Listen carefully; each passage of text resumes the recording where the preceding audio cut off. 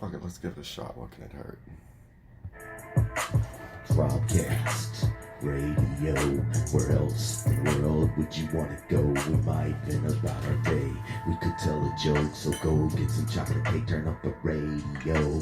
Please don't swipe us. Please just like us and do not knock us until you try us. Coming at you live on Robcast radio station. A portal directly into your imagination. So turn up the Robcast. Here it goes. It's Robcast radio. Might even tell you a bedtime story. Possibly tuck you in, baby. Yeah, here it goes, little maniacs.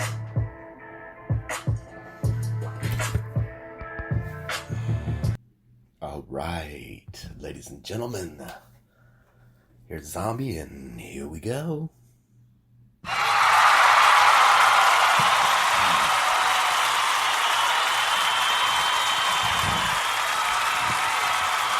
Okay, we can stop all that flip. As you know, we always like to start off your show by saying thank you. Thank you to the Army, to the Navy, to the Air Force, and to the motherfucking Marines for doing what? For doing what you bad motherfuckers do to keep our country free. We always also like to start off your show by saying thank you to all of the first responders, the firefighters, the EMTs, and last, but definitely not least, the police officers, the boys in blue, back to badge. All of these professionals, whenever we run away from danger, they're trained to run straight into it, and for that, Robcast will always give you all respect. So rock and roll, ladies and gentlemen. No need to ask what you've all been doing. If you're an essential worker, you've been working a few hours here and there, and if not, everyone's been stuck at home whacking their pud, as you would say. And sometimes it's just too much information. It's too much information on the virus. Because now it's referred to as the virus. We're going to speculate a little bit about that. Just want to reassure all of you, ladies and gentlemen, that, hey, if it doesn't kill us, it will make us stronger. And there's just so many questions that are unanswered about this whole ordeal. It makes me wonder. You can't just watch the news. I do appreciate the daily briefings from the president and company. I do appreciate that. And we've had some media outlets say that should not, be public because of the fact checking and what the president says. But let's go back a little bit and let's say all the way, as far as I can remember, especially in a time of crisis, whatever the president says, everyone should just hold hands and kind of listen. It's all about everyone uniting together. Well, I know that those are the words that should not be spoken. Holding hands, physical contact, 6 feet away from one another. We'll get into some of the kooky, some of the crazier conspiracy theories about all of this madness. Maybe we'll talk a little bit about what we think it may be. And I have independently gone through the craziness, of course, and insomnia and madness and everyone being stuck. None of your normal outlets that you would go to trade with or open. That's like, I'd like some new boots. In Texas, we have a wider range of custom boot makers, and I found a particular boot, a boot guy. He's just a guy that sells boots. It's a boot company out of Mexico. But I'm sure that they're not able to operate their family store.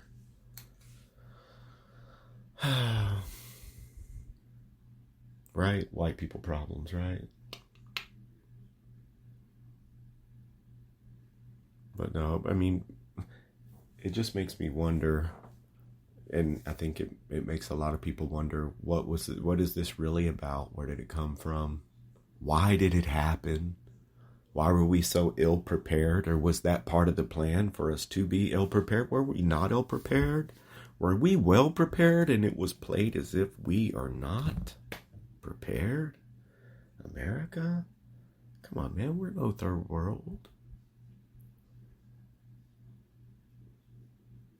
Now, that's one of the things that I always remind myself, whenever our house was flooded, that, man, my, 1 acre of land or 7/8 of an acre of land and a barn and a mobile home is a blessing, and you have some people that may look down upon me and think that is,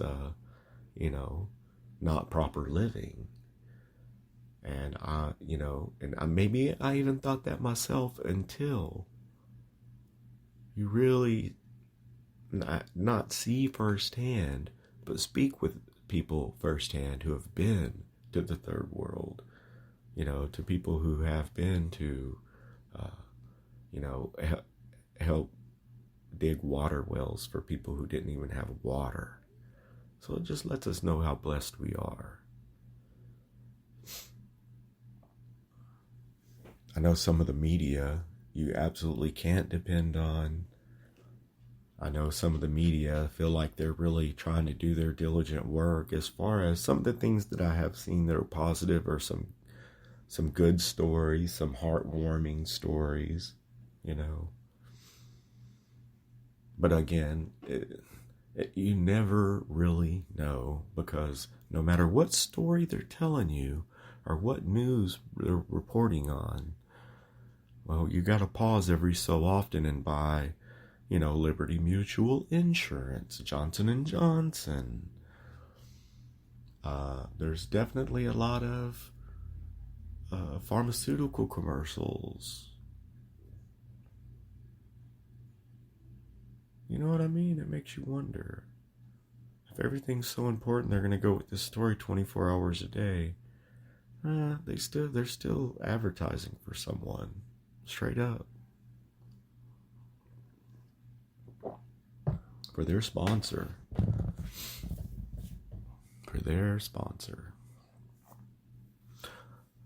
So I thought it might be nice, to tell all you little maniacs that I really appreciate you all tuning in. Your cheap therapy. You get me by. Some of the things I've been doing is that I preach to you all about, learning something new, or setting aside 2, 3, 4 minutes a day just for you, to do for you something that you have always wanted to learn to do, or a skill that you've always wanted to perfect, a project that you wanted to start, that you need to blueprint, whatever that may be. Always encourage people to sit down for 2 or 3 minutes and to just fiddle with that. Whether it be playing a guitar, harmonica, learning another language.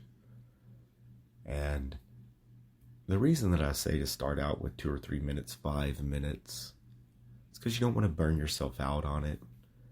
And if it turns into something that you spend hours doing and you enjoy to do, and that you're good at doing it, then that's one thing. But if it's something you just do for 5 minutes a day and then it doesn't really interest you, then that's only 5 minutes of your life that you've given up. And you've learned something. You've learned that that's not something that you'd like to pursue, right? So I started looking around at some different shops and stuff. Actually, I guess it was Sam. She pointed out a guitar when I was in there looking at guns at a pawn shop.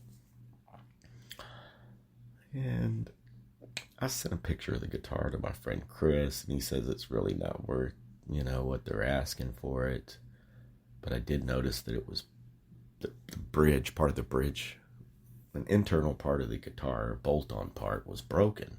Had little pieces falling out of it, so I made him a reasonable offer on the guitar, left with the guitar. What I like about it, this particular guitar, is that it has some custom parts and pieces on it. And because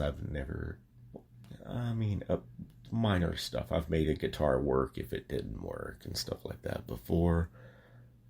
However, having one as kind of like a project to take apart and fix and put back together, and that's one of the things that I've done to kind of pass the time if I'm not out in the oil field. Which, that's a blessing. Right now, oil is at 26. You wouldn't think I would say that when a month ago it was at 50. I'm sorry, it was 46. But whenever we're thinking it's going to go down to 9, and it goes from, I think it was 17 or 18 was its low when all this crap hit.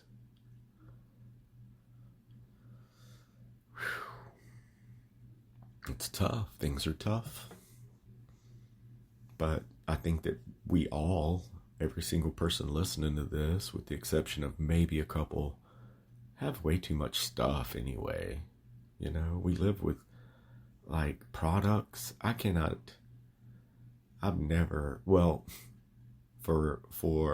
Since probably 2010, I shook all the chemicals that I was using every single day. As far as chemicals that you put on your face and your body, you think you're getting older, you use skin cream, use different things to shave with, and things you put on your face after you shave. And then I think with the exception of like some, lotion on your knees when you need it or something minor like that, I think we all way consume too many commercial products that we put on our body, and our chemicals that we put on our skin and our face and our hair, and it's a lot of stuff that we do not need.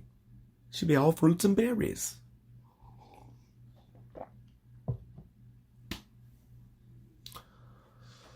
I think a lot of the consumerism is just that hunter-gatherer in us that feels like we need to go hunt and gather something. And when we get it and we purchase it, it's not about the money. It's really not even about having the item. It's just that we feel like we've done our job as a hunter-gatherer by going out and seeking this item and getting it back to our cave. It's really primal if you think about it. The products that they sell us, the products that we buy. I had to get on Amazon and order like the UV screen camouflage head covers. They're, I guess it's for like being out in a deer stand, but it's a lightweight. It's a fucking face covering, man. We're in America. So now we all have to wear fucking Jesse James bandanas on our face. Or this face cover. I am 100% agreeing that it's embarrassing. It's embarrassing. Show up to my job and I have on a fucking surgical mask. I go out last night and I look like I'm getting ready to fucking rob a bank because I basically have a daytime ski mask on. I got a summertime ski mask on.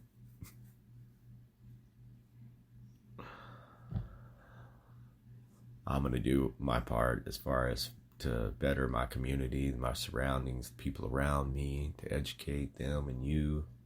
Not even to educate you all, man. Maybe entertain you a little bit, and maybe even just make you think a little bit.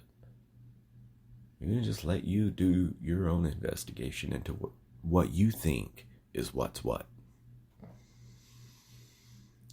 Because, your perspective is everything as far as the way that you feel and looking about things. I did go out. But yeah, it's embarrassing. It's embarrassing. It's humiliating. Nobody wants to go out in public with a fucking mask on. It's embarrassing for me to see people in China doing that months ago. So how do you think it makes me feel that if you go out in public, the protocol is to have this mask? Did I have the mask down when I went into the store to buy Reese's sticks and Reese's cups? Reese's cups last night? Yes.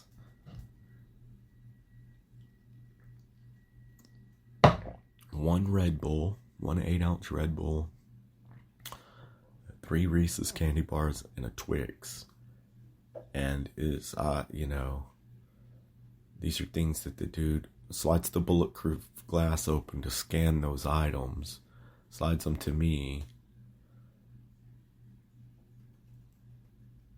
and as soon as they made it out to the truck, they get sprayed with alcohol, everything. And I go ahead and spray that spray sanitizer in the air and take a couple good deep breaths of it too. Think if any of that shit got in my nose, I'm killing it right now. Does that work? It's fucking madness. My question is that if you're drunk all the time right now, does that kill it? Because that's a lot of alcohol on your breath. I mean, if you keep a steady vodka or a steady roll of fucking Jose Cuervo going down the gullet, does it keep you from getting sick? Other than the obvious.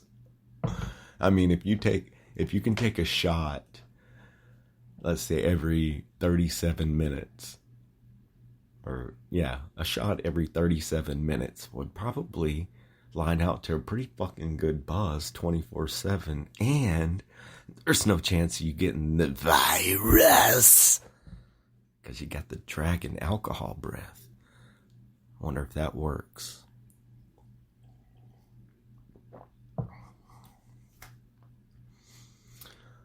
Well, what the effing fuck?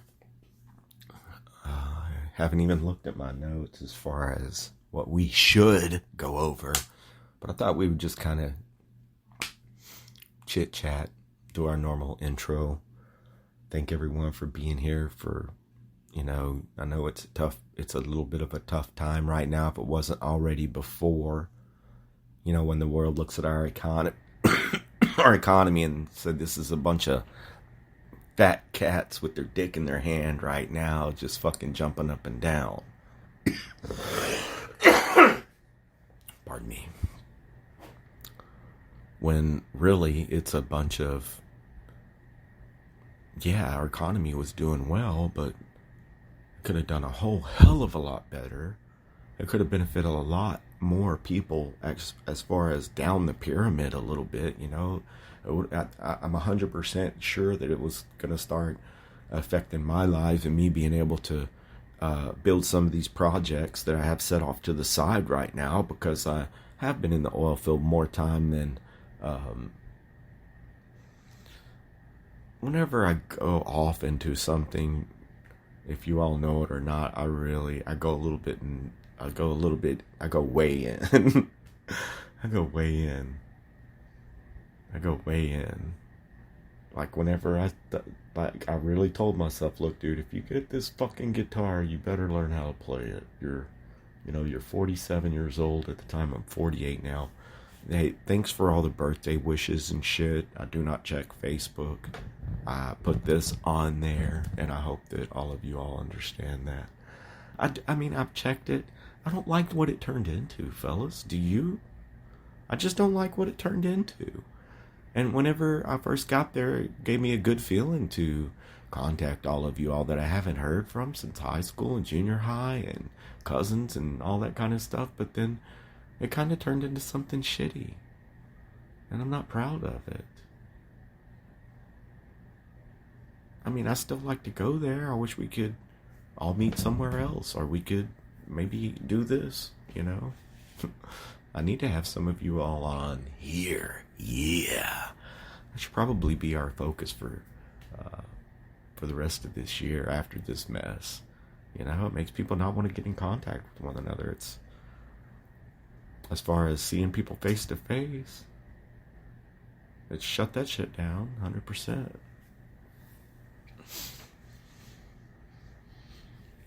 So I did a little bit of, as far as looking around on the old interwebs and on YouTube, and so I wonder. I've got a couple of articles, a couple of news stories that we may listen to. A couple of little news stories that we may listen to about this, so we'll talk just a little bit about. It's kind of hard to talk about, to discuss upcoming events, because I really don't think there are any upcoming events unless we're talking about YouTube Live or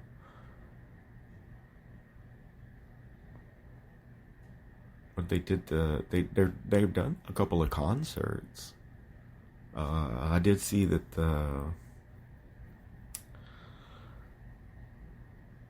a bunch of the comedians got together on YouTube and did a live thing. And I think that that's probably more entertaining than not doing that, That's what I'm saying. It probably I would rather something be, for you to hear the light fall over in the background, or the one microphone not work for a moment. But it gives it just that a bit of realness. You know what I'm saying? We don't say the exact word every single time that we're trying to find the exact word that we need. Sometimes we substitute that. And the re-edit is never going to be the same as you and I sitting here live, uncut, and unrated. That's why we don't fuck with the show like that, especially the shitty intro flip. We're going to leave that one alone for now. But that's what you get whenever you've got about 10-15 minutes to kill and you say, fuck it, let's just rock something out and we'll use it. Alright, so we'll talk a little bit about, I've got a few articles, some Sky News Australia. I can say we'll see. I don't really like the out there. There are some out there conspiracy theories about this bullshit, and we'll talk a little bit about that. But you gotta ask yourself, does this really, really, really benefit this dude's, he supplies all of the survivalists, you know what I'm saying, with everything for their bunker. And then probably tells them to build a second bunker to fill up. I don't know. But we'll talk a little bit about all that and much, much more right after this station identification. I'm falling and I can't get up. And I hate it when that happens. You hear me? I'm saying. Okay, so we'll go over some of the out there, some of the media concerning this event as far as what's going on. On YouTube, I did a little bit of investigation, on YouTube. And so I've got in my library a few different perspectives that we may go into a little bit. We'll listen to them and you can form your own opinion. Sky News Australia seems to be reporting things a little bit differently than we have. Maybe not more down the middle, just a different perspective. John Lear. Oh, shoot. What was that? You're going to want to hear this. John Lear, the famous son of the inventor of the Learjet, has got a perspective that it might be a little bit scarier than some. My fat fingers on this tablet are not functioning. So we'll listen a little, we'll check out Sky News Australia. Oh, and just regular Sky News. Okay. One ABC report. And then India Today. I watched India Today for like 24 hours because I was kind of tired of all of our stuff repeating itself and getting crazier and more out there. So that's kind of a different perspective, is to look at another country, because they talk about what's going on in the United States also, and they're not talking about the same thing that we're talking about as far as our media, mine and your media, if you want to claim it. because I really don't want to, but I guess we have to. All right, so rock and roll. Let's see. First, we'll check out two different sides of the coin. The first one is going to be from India Today, and it's the coronavirus. The world's pain is China's gain. If your shirt isn't tucked into your Oh, pants, come on. But we have to buy some kind of vegan shit first. Used for face mask export. Number 3, Chinese firms are eyeing distressed business. Hold on, I'll crank it up. Give me a second, I'll rewind it. Those graphics, I apologize. Being used for face mask export. Number. Okay, hold on. We're gonna go to 0. We need to crank that up a little bit, Flip, to where these guys can hear it. Okay.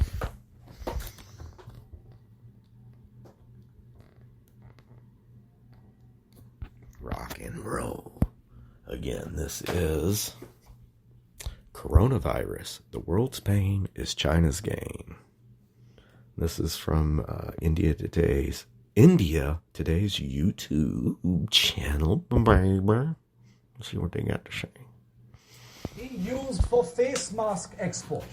Number 3, Chinese firms are eyeing distressed business assets around the world. We'll correct those graphics. I apologize for that. We'll put the correct ones on screen in just a moment. India Today's Gaurav Sawant and Geeta Mohan are with me live. Gaurav, is it any exaggeration? You know, the world is angry with China right now. China says this is racial bias, etc., which is complete hogwash. But if you look at the facts on the ground, isn't it true, at the very least, Gaurav, that China is profiting from what's going on?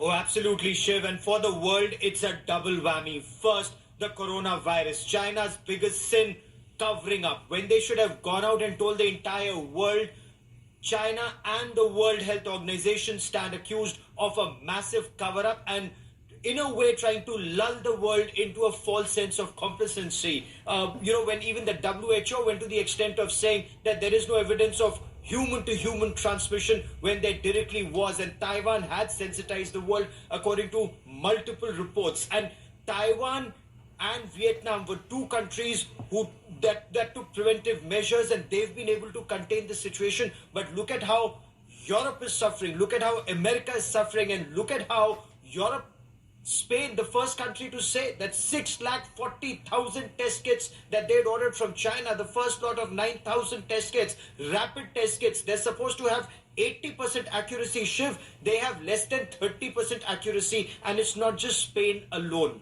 The Czech Republic, they've complained about this. Ukraine has complained. Turkey has complained. Instead of 80% accuracy, 70% accuracy. These rapid test kits are giving less than 30% accuracy. So this is where China is not only misleading the world with the pandemic, it's now selling faulty test kits. And then when caught out, they're saying that these test kits were bought off the shelf from companies that were not authorized to sell. So, there are layers and layers, and Spain is angry, Europe is angry, the United States is angry. India, fortunately, locked out, but we're still not out of the woods, Shiv. A lot still needs to be done to ensure that India is able to flatten the graph as China tries to profit from this. Geeta, these are not some small fry countries that are at the receiving end of China's insidious ways. Countries like Spain, the Czech Republic, the United Kingdom, even one of China's allies, Turkey, they're all suffering at the hands of this defective equipment, and China clearly profiteering from this crisis. Is India insulated? Please tell me India is insulated from what China is trying to do.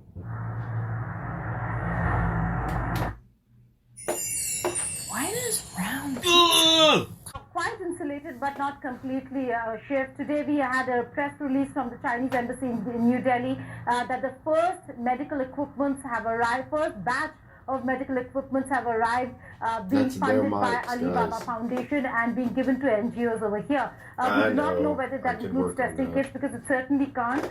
There are registered testing units and laboratories that are involved in the Indian administration, or in India, so to say. But in terms of other medical equipment, there is a first batch that has arrived. We again will have to wait and see what that equipments are really going to help in the COVID, in battling COVID-19.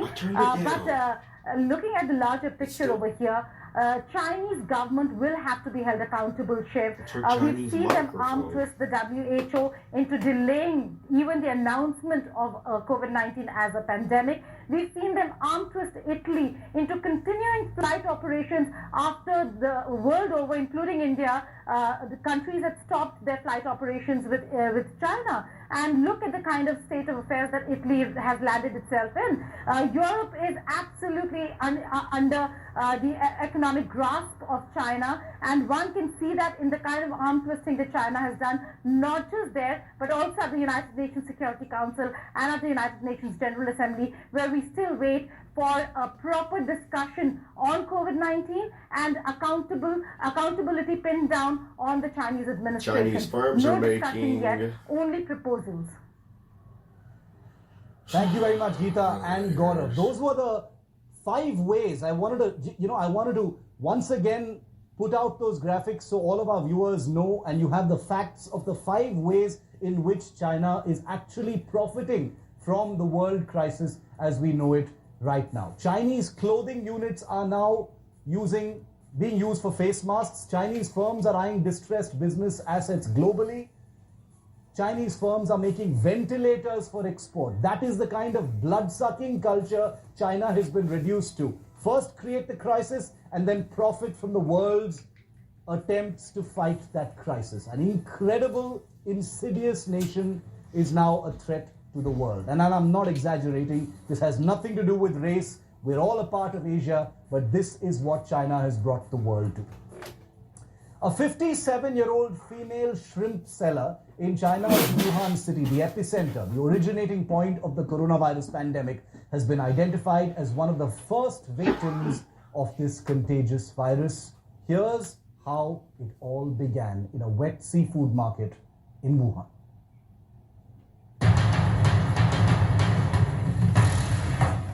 This is where it began. Hi, I'm Rex Moore. Motherfucker. The world is reasonably sure of. The Huanan seafood wet market in Wuhan, ground zero of coronavirus pandemic. But who was the first human to be infected? Well, it turns out the world may finally know who patient zero is. With over 31,000 deaths and counting, and the number of cases steadily marching towards 1 million, the numbers are mind-numbing. But finally, it's down to 1, and it's here in this Chinese seafood market. Reports suggest that patient zero has been identified as Wei Guxian, who is a 57-year-old seller of shrimp at the Huanan seafood market in Wuhan. As epidemiologists do a deep dive into how things exploded from patient zero, first, let's walk you through what's known of the shrimp seller's deadly timeline. After catching what she thought was a cold on December 10 last year, patient zero visited a clinic believing she had a common flu. With symptoms worsening, she visited the Wuhan Union Hospital on December 16, where she was diagnosed. However, she was only quarantined at the end of the month. Thankfully, after a month-long treatment, she recovered in January. The Wuhan woman believes she may have been infected after sharing toilets at the seafood market with meat sellers. While she is being regarded as patient zero, there is no conclusive evidence that she may have been the first to be infected. The first case was detected in the beginning of December. Wei Guxian was among the first 27 patients to test positive for COVID-19 and one of the 24 from Huanan market. Probably most significantly, Patient Zero has a damning comment to make on the country's rulers in Beijing. She believes if the government had acted sooner, there would have been fewer deaths. Bureau Report, India Today. The deadly coronavirus has paralyzed the world, with major nations going under complete lockdown. India has shut nearly wholly, barring regulated essential services in the wake of the spread of COVID-19. But there is a need to discuss the origins of this crisis. We told you about Patient Zero, but the wet markets of Wuhan, and there are many across China. Watch this report on why China's obsession with seafood, the unregulated use of wet markets, could be the genesis of this crisis. Goddamn, the music.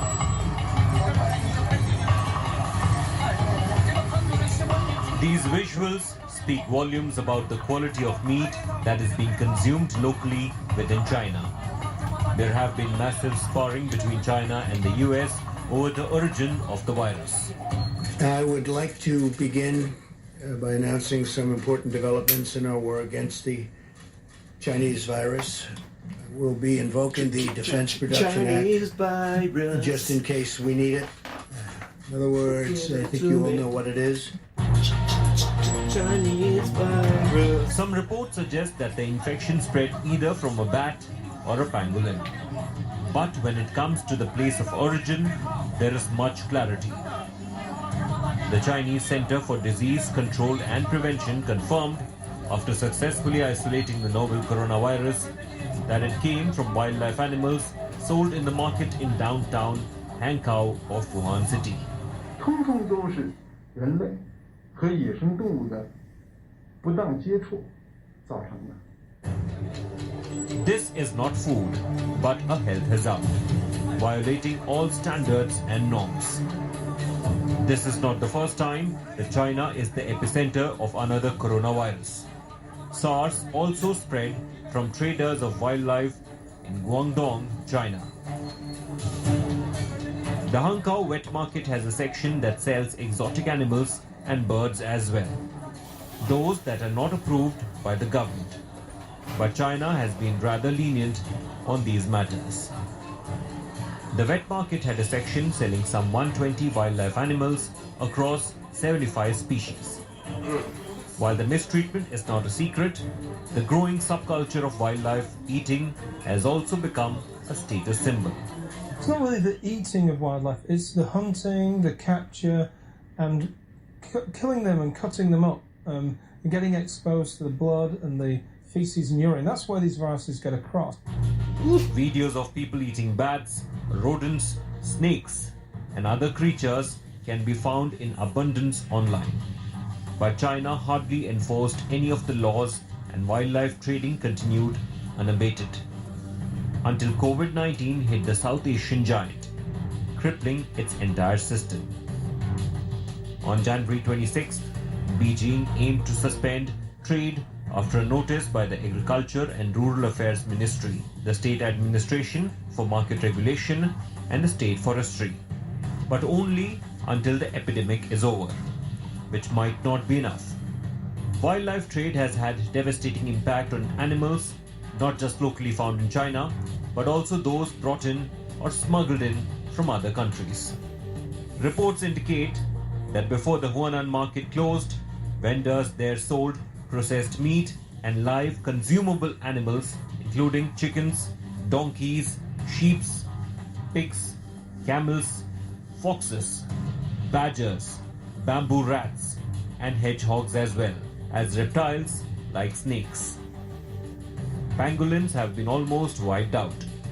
Snakes are rarely seen in much of South China.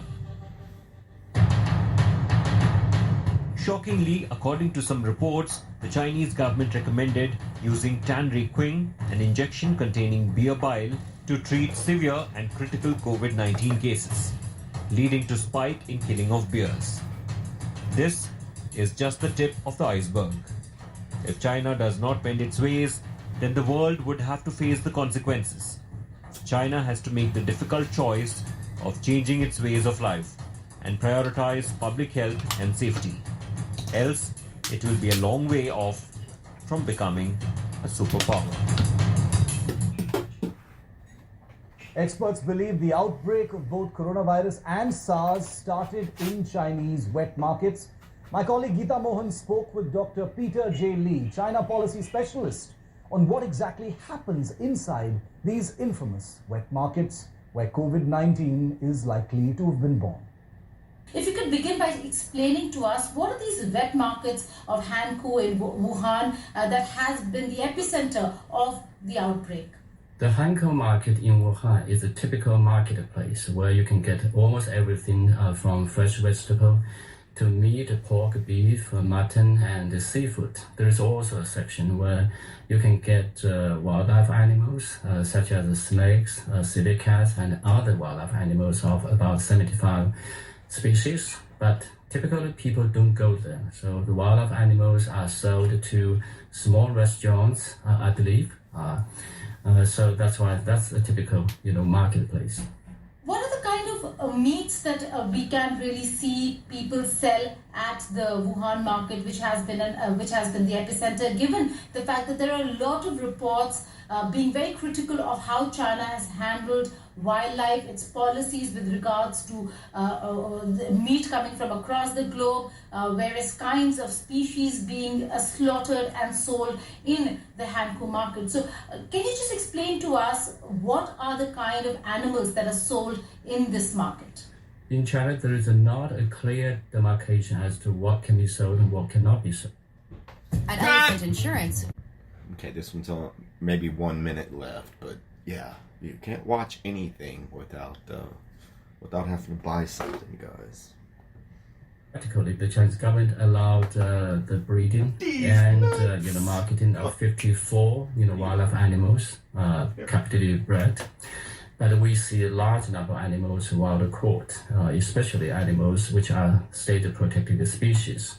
So China's wildlife market is beyond the reach of Chinese laws. There is a complete lawlessness there. So I would say it is a line of business that the Chinese government should crack down upon. Professor Lee, you speak of many kinds of wildlife. Now, could you just tell us exactly what the rules and regulations and laws of China has been when it comes to trading in wildlife? China has banned wildlife consumption and wildlife trade, but I would say this is not enough, even though the decision to ban wildlife trade and consumption is the most commendable step taken by the Chinese government. And we hope that the ban will become a permanent policy when China revises its wildlife protection law. Coverage of the coronavirus crisis continues non-stop. It's our biggest story here on India Today. Thanks for watching. For further news and updates, remember, you can always log on to indiatoday.in and also download the India Today app. Please remember to stay home and stay safe. Hi everyone, Preeti Chaudhary here. All right, so there we have it. Certainly one perspective there, ladies and gentlemen. And again, that was coronavirus. World's pain is China's gain? ? India Today from YouTube. And now let's look at the flip side of that is going to be here. We have Sky News. Not really a rebuttal to that, but it says the Chinese minister on COVID-19, because we want to try to be equally offensive or fair, however you want to look at it, always. The Chinese minister on COVID-19. You can't blame China. And this is from Sky News. Yeah! Now, MPs are warning that China's efforts to downplay the coronavirus pandemic in its early stages cost lives and is hindering the fight against the disease. The Commons Foreign Affairs Committee claims the country where the virus originated had sought to, quote, obfuscate over what was really happening. And what does China think about all this? I'm joined now by Minister Ma Hui of the Chinese Embassy in London. Thank you for joining us. So the accusation is that you've not been honest or open about what was happening in the early stages of the epidemic in Wuhan. No, I couldn't accept that. But first of all, let me say this. Our thoughts are with those who lost their loved ones, and also those people who are infected with the virus, perhaps including the Prime Minister. The Chinese government has been very open, transparent, and responsible in sharing the information with the world, including with the United States and many other countries. Yeah, but the official line on December the 31st was there was no clear evidence of human-to-human transmission. But we know there were more than, doctors have told us, there were more than 100 cases and 15 deaths in Wuhan between December the 12th and the end of the month. And it was still the official line in January the 20th that there was still no human-to-human transmission. But doctors were being infected and dying, and many people were being infected and dying. I think you are talking about the initial first month of the outbreak of the epidemic. To say when the first 3 cases were detected on the 27th of December, and then China ordered a lockdown of Wuhan and Hubei province on the 23rd of January. A lot of things has happened actually during this 27 days. And this is a new virus. And we were working very hard to find out what was the virus, because originally the Dr. Zhang Jixian, reported on the 27th of December that 3 cases of pneumonia with unknown causes was spotted. So she reported to the authorities, health authorities, local governments, and local health commission, and the National Health Commission and the CDC of China were working very hard to identify this. What is this virus? So initially, they said there was limited evidence of human-to-human transmission. But when a very senior expert group from the National Health Commission was sent to Wuhan, led by perhaps the most well-known Chinese respiratory and expert, Dr. Zhou Nanshan, and then it decided that it carries human-to-human transmission. But Minister Ma, your doctor, Li Wenliang, who later died from the virus, sent out a warning on the WhatsApp group on December the 30th. 4 days later, he was arrested and accused of making false statements. He was right. Why did you arrest him and accuse him of making false statements? He turned out to be right. I'm a little bit surprised that people come back again and again on the case of Dr. Li Wenliang. Let me say this. Dr. Li Wenliang was not a whistleblower. As I mentioned earlier, Dr. Zhang Jixian, doctor of the ICU, director of ICU of the Wuhan Hospital of Chinese and Western medicine, first reported the cases and reported to the Chinese government, both locally and the national government, and the local health commissions and the central government acted upon her advice, her report, and the government sprang into action with regard to Dr. Li Wenliang. Drink a lot of water. He was an eye doctor. He was not all of it. Respiratory doctor. He was not an epidemiologist. He only he was sharing information on a WeChat group. Yes, but he was saying that there was infection. Doctors were getting infected. Doctors were getting infected, and that people were getting infected in quite large numbers. So he said there was human-to-human transmission. Let me say this. At that time, when he was sharing the information in his WeChat group, the government has already taken action. The government was investigating the case to identify what kind of a virus this was. Of course, he was not sharing very accurate information, but with hindsight.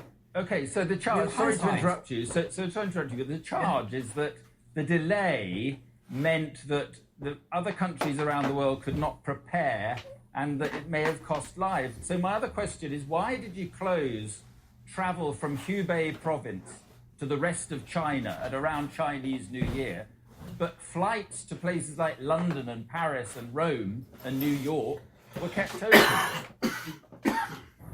Hi, I'm Rex Moore with the Motley Fool in front of BM. You gotta love how that shit just fucking pops up at any fucking given second. You know what I'm saying? Modern technology, baby. Issue. One is that the Hubei authorities indeed stopped issuing passports for people to travel outside. Two levels of the issue. But flights to places like London and Paris and Rome and New York were kept open. Well, perhaps there are two levels of the issue. One is that the Hubei authorities indeed stopped issuing passports for people to travel outside the Hubei province, let alone outside China. So the Chinese government already warned against travel unless it is not essential. So not many people are traveling outside Wuhan or outside Hubei. On another level, other governments could have taken actions. Actually, the United States imposed a travel ban on the 2nd of February for Chinese travelers or other travelers who went through China in the past 14 days.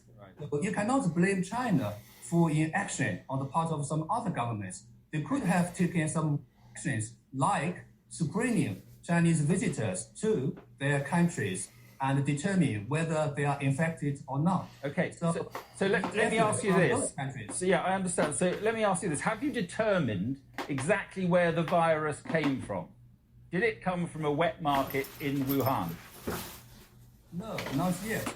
Originally, it was thought the virus might have come from the wet markets because some of the patients were associated with the market. But it is equally true that some of the patients that doctors saw had no contact with the wet markets. So the exact origin of the virus has not yet been determined yet. So it's possible. So it's possible it came from a virology laboratory in Wuhan. Is that at all possible? That's been mentioned. No, I mean, of course, the origin of the virus should be determined by scientists and experts and doctors. So we should leave this issue to the doctors, to the scientists. But overall, but is it possible? Sorry to interrupt you. Is it possible it came from a virology laboratory in Wuhan? You let me finish. If you ask a question, I'll give you an answer. Yeah. Many scientists have published a academic paper saying that the virus was the product of the nature. So they have ruled out the possibility of a virus engineered in the lab, which means the conspiracy theories of a virus originating from a Chinese lab or from a US lab was not founded at this stage. So we better leave this important issue to the science. Okay. It's an important. Okay. Yeah. Absolutely. Now, rather than disseminating misinformation. Yeah. Have you closed down? I know you say you've closed down some of the wet markets. Can you guarantee that they will stay closed? Will you stop the wet markets reopening? Let's say this. Let's first talk about the wet markets in Wuhan, the city. As far my information is, the market remain closed and has not yet opened. Whether it will not open or not, now it's waiting for government notice. But I can also share you with the information that the Chinese parliament has adopted a decision to ban illegal wildlife trade and also the consumption of the meat of wild animals. So there will be measures to follow up with this decision. So I guess the law enforcement departments will enforce that decision and will impose. Okay, just finally, illegal wildlife trade. Yeah, just finally, what is the true number of dead in your country? Can you promise the world, can you guarantee the world that the numbers you are giving or have given are your best and honest judgment? Look, don't be cynical. This is an epidemic, and China is a big country, and also there are so many foreign journalists who are digging groups in China. So it's to hide, and the official figures stand at around 3,300 people who died of coronavirus, and we have been very open, transparent, and responsible. And those who say China lied or China gave a wrong figure, they didn't produce any evidence. And the joint missions to China commented that the figures, statistics from the Chinese side are credible. So better rely on the expert advice of the WHO rather than some people making up the figures. Okay. And of course, Mahui, I'm sorry. At this very important time, we need to work together. Solidarity is important rather than blaming or spreading disinformation. Okay, Minister Mahui, we appreciate your time and we wish all the best to the people of China. Thank you very much. See, there you have it. See, it's kind of interesting when you get some different perspectives on the subject. You know, you want people to do their homework. Sometimes as a journalist, this may be your one opportunity to put a person in power in a sticky situation, or make them answer, that gritty question that'll get you to go viral. Or you could treat it as a human being and see what your due diligence is to get to the root of the story, and that's where also we have a lot of news people that they're not really into the story. They're not into the story. They just read whatever's put in front of them, kind of like on Anchorman. Okay, so rock and roll, ladies and gentlemen. We're going to continue to talk some cash shit. I appreciate all you little maniacs for tuning in. Definitely download the Spreaker podcast app. It's a great podcasting network. And we are also, I never really talk about it, but we're also on iHeartRadio. Check us out on iHeartRadio, guys. It's a blessing to have all of you little maniacs tuning in. You definitely send us an email at Radio Robcast at gmail.com. And all the other Twitter, Instagram, all that is at Robcast Radio. So let's see if we can find another perspective of the madness. That's basically just kind of what we're going to do today. Some perspectives of the madness. The virus.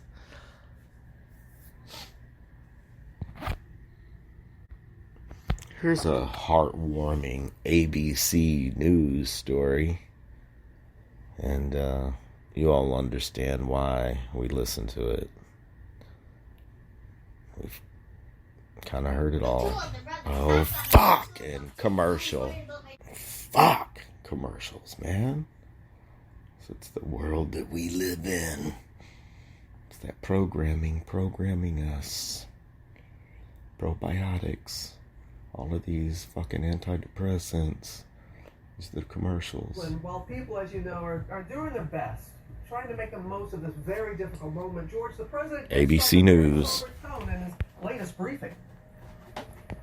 Rob, and he was as grim as he's been through this entire crisis, and quite a striking difference from how he downplayed the severity in those first weeks. Here's what he said last night. Warned the nation to be prepared for a really rough 2, even 3 weeks. And the numbers are simply mind-boggling.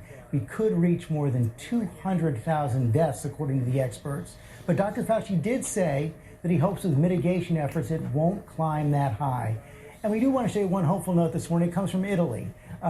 Take a look at this empty waiting room, overflow waiting room at a hospital in Parma, Italy. That room is normally packed with coronavirus patients. Their curve may be starting to go the other way. That is something that's good to see, George. But we begin here in New York City, which has become the global epicenter of this disease. Whit Johnson starts us off near the Naval Hospital ship Comfort, which is here in Manhattan. Good morning, Whit. Michael, good morning to you. The U.S. Navy ship Comfort behind me here will be seeing patients today. It's acting as sort of a relief hospital for the New York City area to treat people who do not have COVID-19. Across the country, more states are enacting tough new restrictions, bracing for worse days ahead. Bracing for worse This morning, days ahead. a somber milestone. Coronavirus killing more people in the U.S. than the terror attacks of 9/11.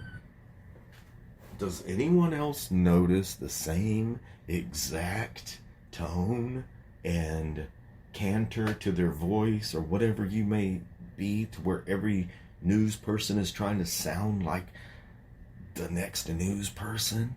Like it's this fake environment that they've created, that they think that people actually think that they're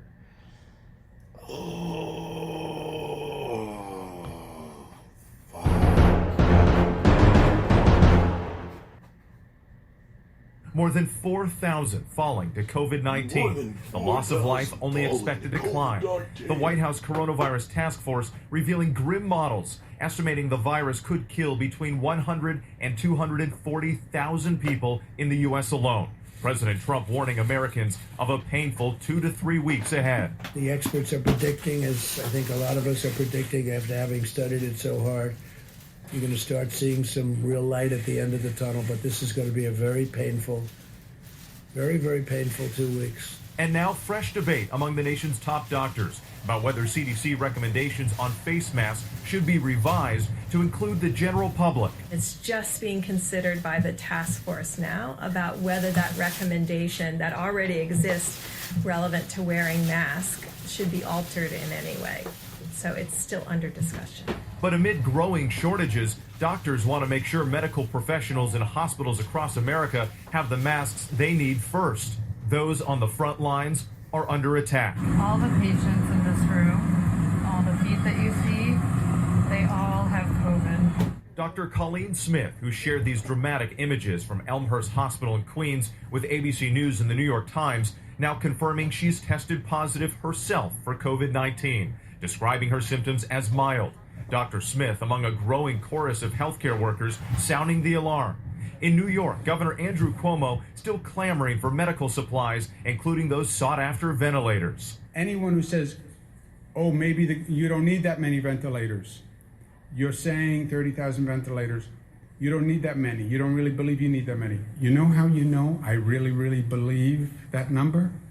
Because we are paying $25,000 per ventilator, and we are broke. And the last thing I want to do is buy a single ventilator that I don't need. The governor revealing his own brother, CNN anchor Chris Cuomo, is now positive for COVID-19. He's an essential worker, member of the press, so he's been out there. He's a really sweet, beautiful guy, and he's my best friend. But while the number of cases continues to soar, signs of hope and recovery. 44-year-old T2 Pamachan, a father of 3 who has been on a ventilator and was put on that experimental Ebola drug, is now awake and talking. It's just awesome to talk to him and hear a voice on the other end of the phone when we call him. It's really special. And a hero back to work. 41-year-old Dr. Ross Grant spent 3 days in the hospital after contracting COVID-19. Tuesday was his first day back on the job as an internist at Cedars-Sinai in Los Angeles, eager to continue his mission to save lives. I'm feeling, inspired to be back here, actually. I mean, it's nice to see the camaraderie of everybody at the hospital really working their hardest. Nigga, because you already got that bug. Nationwide, the Army Corps of Engineers is racing to build as many as 341 field hospitals. Some of those have already been constructed here in New York State. More than 75,000 people have been infected. Robin? Yes, Whit, thank you very much. And as you said in your report, one of them is the governor's brother, Chris Cuomo, who was a former colleague of ours here at ABC and part of the GMA family. And like everyone else, we're sending him our best, and his family as well. Hi, everyone. George Stephanopoulos here. Thanks for checking out the ABC News YouTube channel. If you'd like to get more videos, show highlights, and watch live event coverage, Does that hurt? Does that hurt y'all like it hurt me? Like, wow, man. Different spins, different spins, different spins. Here's a quick story from Sky News Australia, and then we're going to sit down and talk a little bit of shop. Make sure all of you guys are sane and keep your mind, your body, and your spirit in line. It does make me wonder if you drink Jack Daniels all day long or some good old grain alcohol all day long, does that kill the bug? Will that kill the virus if it's in your breath, if you're breathing that dang dragon breath of alcohol? All right, Sky News Australia. Something ominous is happening in the U.S. as the COVID-19 deaths increase. If your shirt isn't tucked into your fucking commercial again, man. Fuck. It certainly does feel like something tragic is looming here in the United States. As you hear, the Surgeon General says this is going to be a new Pearl Harbor. We've heard from the governor of New York, who says that the deaths continue, even though there's been a slight plateau in his state. We've heard it from the face of the White House coronavirus task force, who says that we can expect at least another week or two of death. And we even heard the president himself, President Trump, say that deaths are ahead. Now, the scale of this is hard to imagine from back home. I understand that it's very different back there. But, for example, in the state of Louisiana, where there's New Orleans, they say they're going to run out of ventilators in a few days, by Thursday. New York says it has 3 or 4 days' supply of medical equipment at most. And again, in New York, the morgues at the hospitals are overflowing so badly that they've had to deploy 47 refrigerated trailers to take in the overflow of the dead. So it does definitely feel like something ominous is happening here. The only upside may be that New York it has been constantly chasing the apex of the death toll, where it hopes that the deaths will go up and finally come down, and they believe that maybe they're about here as of this morning. The rest of the country is holding its breath and waiting to see if that's true, because from New Orleans to Chicago to Detroit to perhaps Dallas, there's other hotspots to follow. So yeah, it feels like something tremendous really is happening here. Laura? Just quickly on safety measures, what is the government now recommending? Well, it seems that there's mixed messages. I mean, we have 96% of America is locked under stay-at-home orders. But there's 8 Republican governors in 8 Republican states who still haven't issued those orders, even though the coronavirus task force would like them to. But the latest advice is that when you go outside, you wear a face mask. Now, not a surgical face mask, because the medical staff need that. But you wear some kind of bandana or something. Even though, while they're announcing this on Saturday from the White House, President Trump is standing next to the expert and says, well, I won't be doing that. I won't be wearing a mask. So the latest warning is face mask, face mask, face mask on top of social distancing. But even the president says he won't be doing it. China will deliver 1,000 ventilators to New York in medical aid. US President Donald Trump says the state and country could expect a peak around Easter before America sees the curve flattening. Let's go live now to Professor at RMIT University, Joe Siracusa. Joe, good to see you this morning. The United States has quickly become the epicenter. New York would be ground zero at the moment. This is a really interesting dance politically as well at the moment between governors of individual states and the president. Yes, I was just listening to the Surgeon General on at the NBC Meet the Press, and he says that the moment of truth is going to be the next week. He calls it the Pearl Harbor moment or the 9/11 moment. And so the big wave is coming, and there is a debate in America about who's leading this, whether it's the governors or it's the President of the United States. President tends to be following, but the other thing is the president tends to be running for office the entire time. And every time he gets up there, he sort of politicizes or weaponizes what he's going to say or what other people are going to say. And it's quite clear that he's made peace with the Chinese in the last week, so that a little bit of the trade that's going to go in the way of agricultural purchases will be done. And interestingly, the president's kind of turned this around. He's taken the coronavirus crisis and said, look, this proves his 2 points about the importance of securing one country's borders and about returning manufacturing to the United States. So he's trying to turn a negative into a positive. And so while we have the politics going on, we also have the effort to save lives. So we got two different strands going on at the same time. Yeah, we do, and the economic ramifications are certainly something that we're all keeping an eye across as well. There is a lag on these numbers, but on Friday, as Tom Petrovsky was just explaining, we saw the unemployment figures out of the US. 700,000 people lost their jobs in 1 month. Yeah, these are extraordinary figures. Look, I worked on Wall Street for a minute in my life, and these kinds of figures would have depressed the most optimistic people on the floor of the New York Stock Exchange. And it's this idea that millions and millions of people are queuing up for unemployment benefits is extraordinary. And look, a lot of the opportunities are missed here.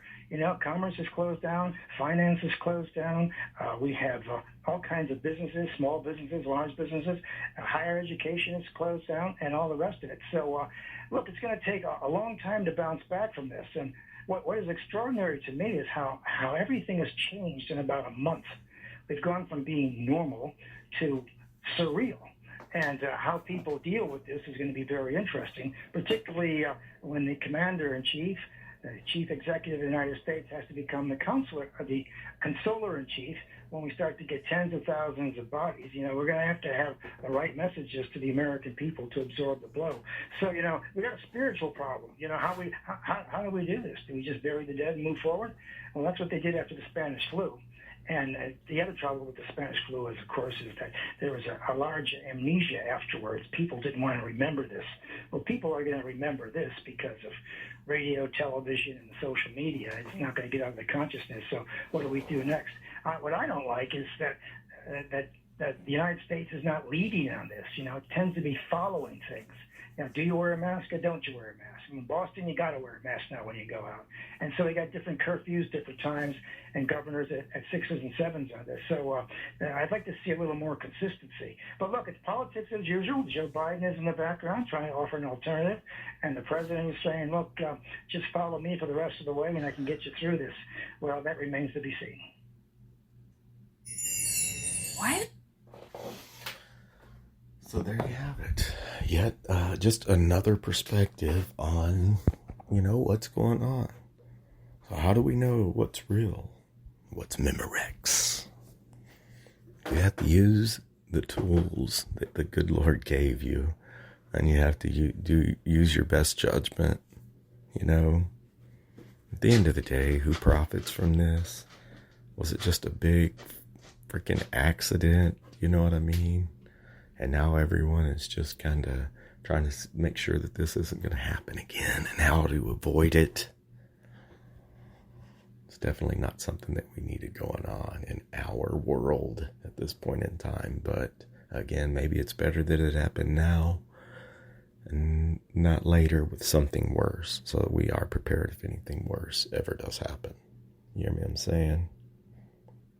So, we're going down the rabbit hole because we're fixing to get into we'll listen to some out there perspectives. All right, y'all ready for this? Hold on. Wow. And speaking of going down the rabbit hole, we're going to continue on, ladies and gentlemen, boys and girls. Don't be alarmed. But we've got to get every perspective on this situation that we can. So let's go out there. Out into the interwebs just a little bit. Let's see what Mr. Alex Jones has to say about it.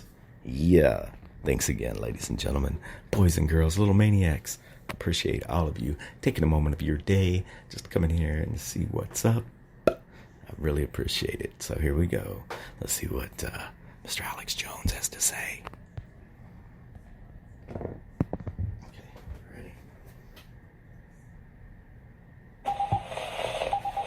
It is Monday, April 6th. The year is 2020. I am your host, Alex Jones. When we pull back and look at what's unfolding across this planet, clearly we are being domesticated. We are being brought into a medical tyranny. But what is the end game of the individuals carrying this out? Whether it's the Club of Rome, the Bilderberg Group, Davos Group, or the private world government group that Bill Gates set up with Jeffrey Epstein, Warren Buffett, Ted Turner, and others, their goal is depopulation. They see everyone else but themselves as cancers that live on the planet that they themselves have conquered. They've taken the world over through fraud, through fractional reserve banking, and through other criminal activities. And now they see us as useless eaters that aren't just cheap, who aren't just stupid, who aren't just ugly, but who are actually a negative, like garbage that has negative value that needs to be taken out and thrown into a rubbish heap. We're seen as weevils that have gotten into their flower stores. We're seen as raccoons that have raided the refrigerator. We're seen worse than that. We're seen as cockroaches. And when you go back throughout history, every culture, whether it was the Aztecs or the ancient Babylonians or the ancient Druids, got into human sacrifice. There were always priest classes that were set up who would demand human sacrifice, particularly of children. And if you go read all the ancient text and, quote, sacred scrolls of these groups, those priesthoods, always at the end of a civilization, would arise and would demand the blood of virgins, i.e. children, and they said that they were getting a dark energy or a dark force from it, and that entities like the flying serpent and others would appear and give them sacred knowledge, mathematics, medicine, and keys to this planet and understanding the universe we live in. This is the classical story that we see in the Old Testament first book of Genesis, with this fallen one appearing as a serpent and then giving Adam and Eve the knowledge of not just good, but the knowledge of evil. And evil is, again, a cancer or a virus, a program of corruption on how to set up corrupt, twisted, manipulative, parasitic systems. That is the knowledge of good and evil. And if you look at every culture at the time, they believed that off-world advanced species who had a taste for children's blood in every case were giving them this advanced power. But again, not to increase humans' longevity or make us better people or have a better life, to build temples and civilizations based in and around the killing and sacrifice of children and the innocents to release the dark energy. So that's why the abortuaries must stay open across the planet. That's why China's killed 400 million of its own children before they were born, 50 plus million after they were born. That's why they have to keep the abortuaries open across the United States, because it's seen as a form of sacrifice. And more comes out in FBI files that abortionists actually say they are high priests that are carrying this out, not for Satan, but for the earth goddess that demands blood, because all of this even predates the cosmology of Satan, though obviously it is Satan. They believe they're doing it to save Mother Earth. Plato wrote about this in his Republic 2,200 plus years ago, and it leads down through to the modern age. This is eugenics. That's why Chuck E. Schumer a month ago threatened Trump's life and threatened the Supreme Court's life and said if Trump and the Supreme Court overturn Roe v. Wade and what we're doing, we are going to get them. We are going to take them down. We are going to destroy them. And he actually showed some energy and life for the first time in his career, because now we're getting close to the apple of his eye. The stinking sacrifice of children, the blood of the innocent. And that's what all of this is about. And now they're going to move against all of humanity with this medical tyranny, with forced inoculations. They're preparing to shut down California for 2 weeks, where you can't even leave your house. I said this yesterday on the show from our sources. Now it's being officially announced. They're getting you ready for it. This is a process of teaching you to be a prisoner in your own home. Awaken and say no, and spread this link to everyone you know across the internet now. You have the power to say no. Alex Jones here with a very important announcement. We are selling out of all of our high-quality iodine products. This is an important... The Super Blue toothpaste that has it, along with the Nano Silver and, of course, the tea tree oil. That is selling out. Still 50% off. Again, ladies and gentlemen, again, you got to say, is this gentleman operating, he's been in the media for a long time, and he's kind of lone wolfed out onto his own, if you can call it that. But again, even though he's excited about the end of the world and wants to inform everyone and sound the alarms, they do not pass up an opportunity to sell you their product as well. So that's just a little bit of a warning here that some of these things we may just want to take with a grain of salt, but we do want some different perspectives. Okay, we don't need to do all their little intro music and stuff. So, how are you all getting by? For me, I get on the old interwebs and rock out a Robcast for all you little maniacs. It is a good time to sharpen your skills on any of those dreams. If you want to switch to doing a new business from the business you're in, let me tell you something.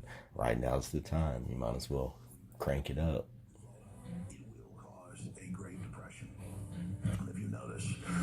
The blue cities, the Democrat-controlled areas, the authoritarian nations like Communist China and the European Union system are all saying they want to shut down for 6 months to a year and a half, but China isn't.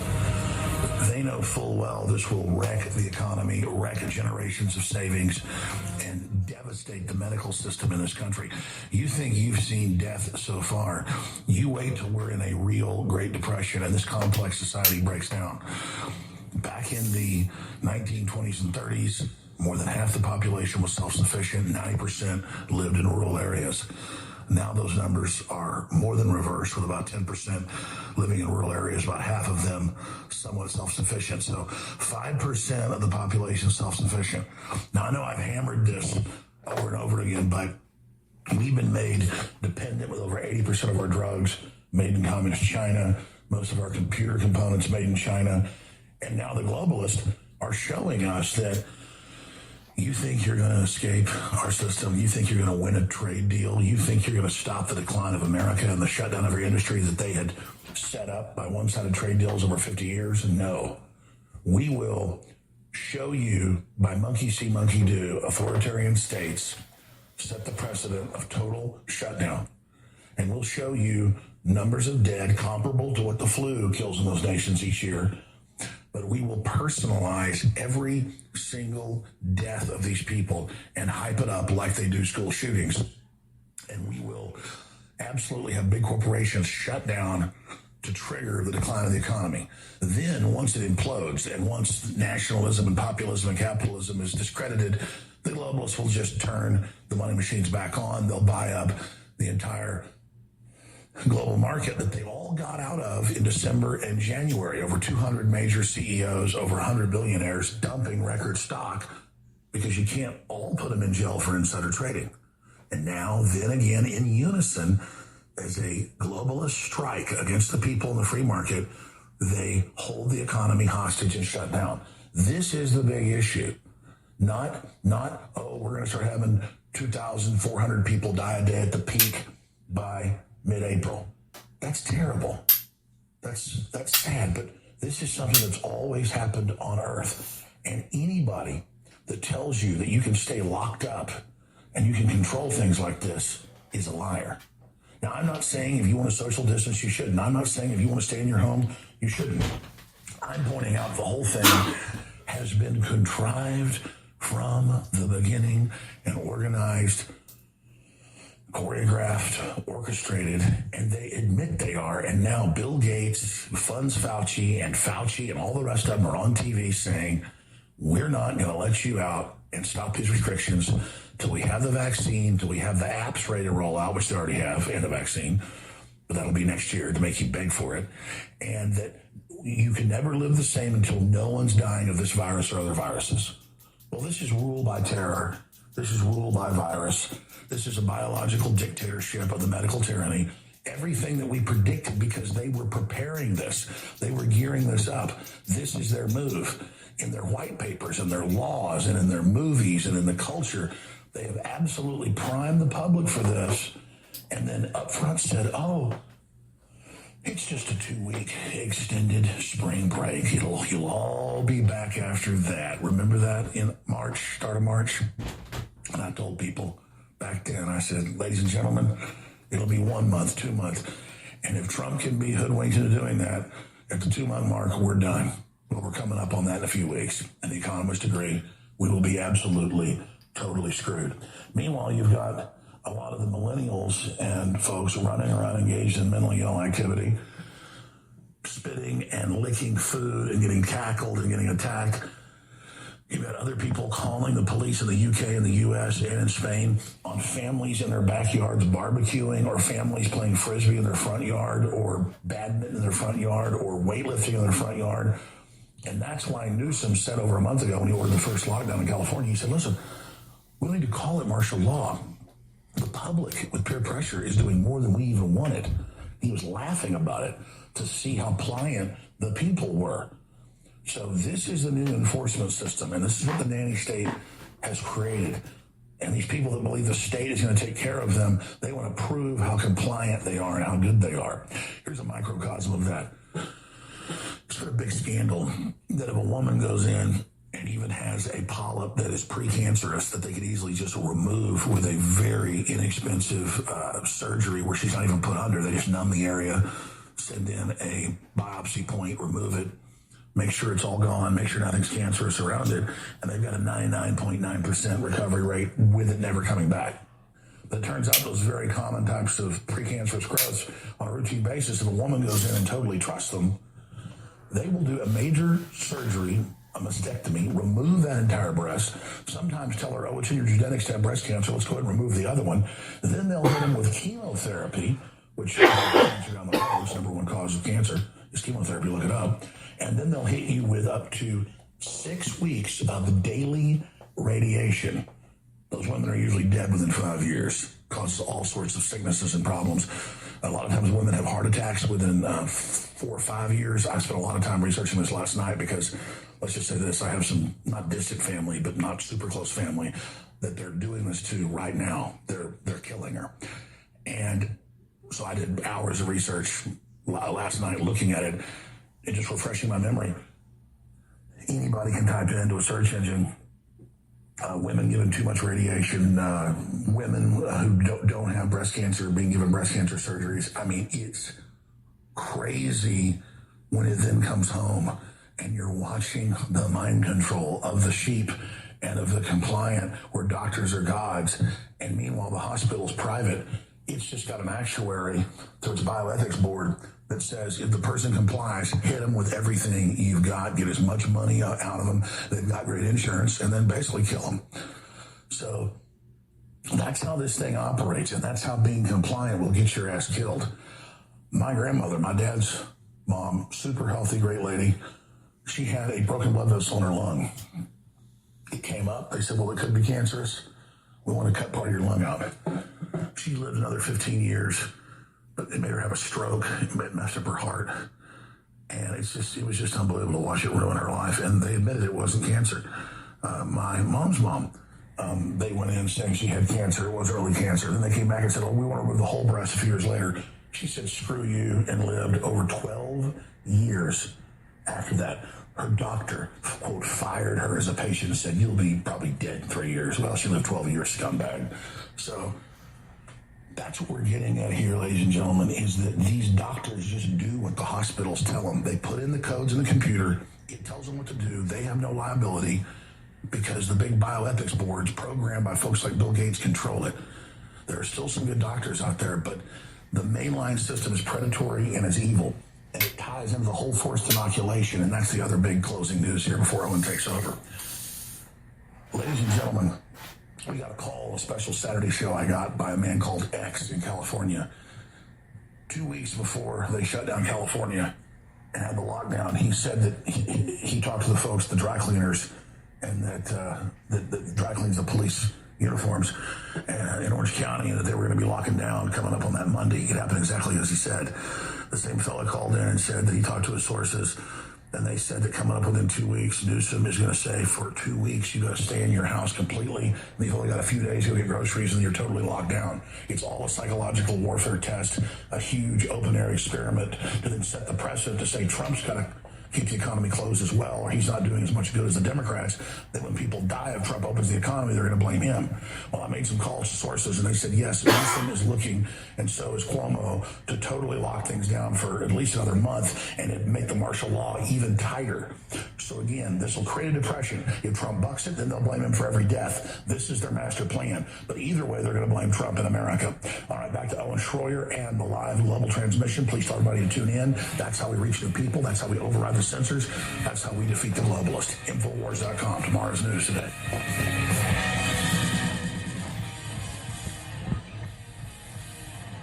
And I don't know if... Okay. Okay. No, we can't listen to their commercials. And just a little background on Alex Jones. He's always been on the radio. I've always thought that he was very entertaining. He definitely has the gift for gab. You may have seen him, or you can check him out on the Joe Rogan Experience, which I don't think he'll be back on there. However, it was an interesting JRE, a couple of them, the last couple of them that he was on there. It was him, I think it was Eddie Bravo and Alex Jones that were on the last one. So just like I say, man, it's a different perspective on how people view what's going on in our world. You know what I mean?